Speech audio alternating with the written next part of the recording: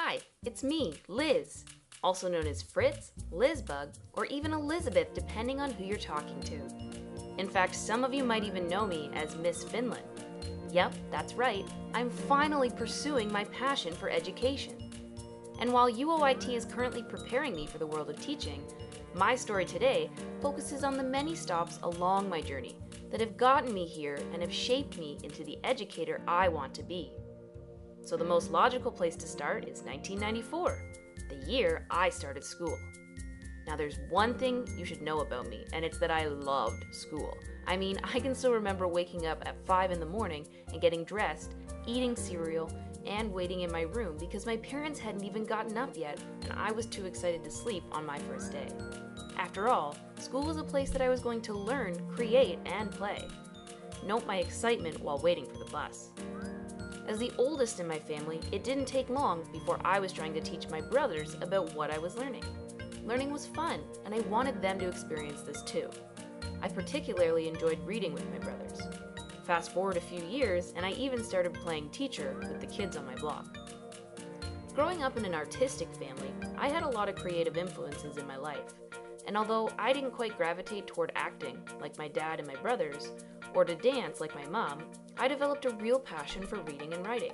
Some of my favorite books in early elementary school included the Bailey School Kids Adventure series and the Chronicles of Narnia.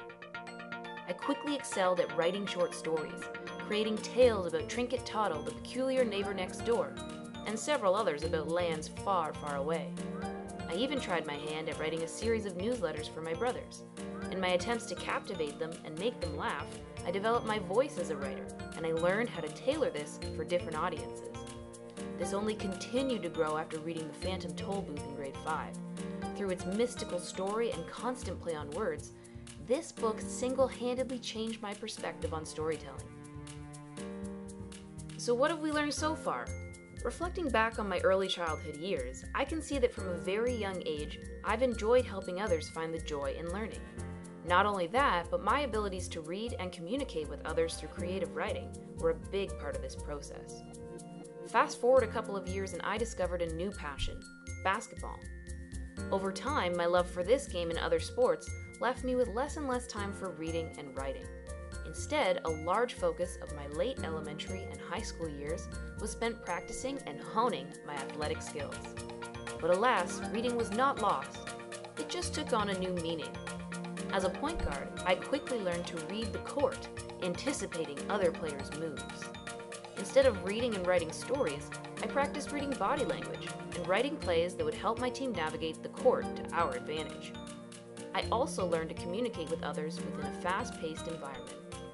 It was as a team member that I started to develop key teaching skills, some of which only continued to grow as I expanded my role from athlete to coach.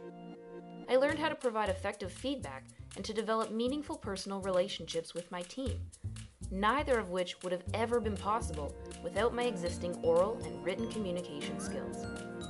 Aside from coaching, I also spent several years volunteering as a drama camp counselor, during which time I learned to blend my knowledge in the dramatic and language arts.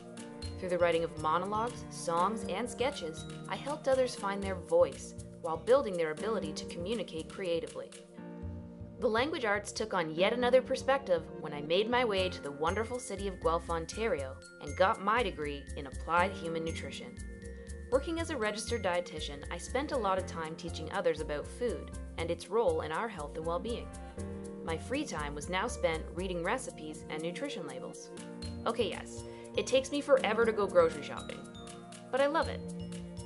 After spending a couple of years in public health, where I led cooking classes and presented for community stakeholders, I realized that the most empowering and rewarding parts of my job involved teaching others, something which ultimately inspired me to pursue my Bachelor of Education. Reflecting once again, I can see that for me, teaching, no matter the shape or form, has always been important to me, and it has always been rooted in helping others succeed.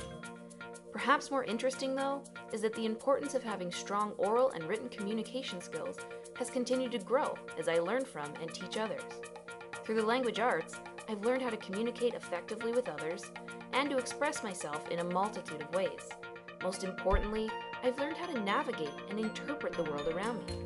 As a literacy teacher, I hope to enable students to learn from and share with those around them in a way that best resonates with them.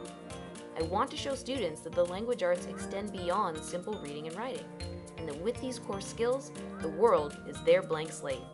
It is full of possibilities.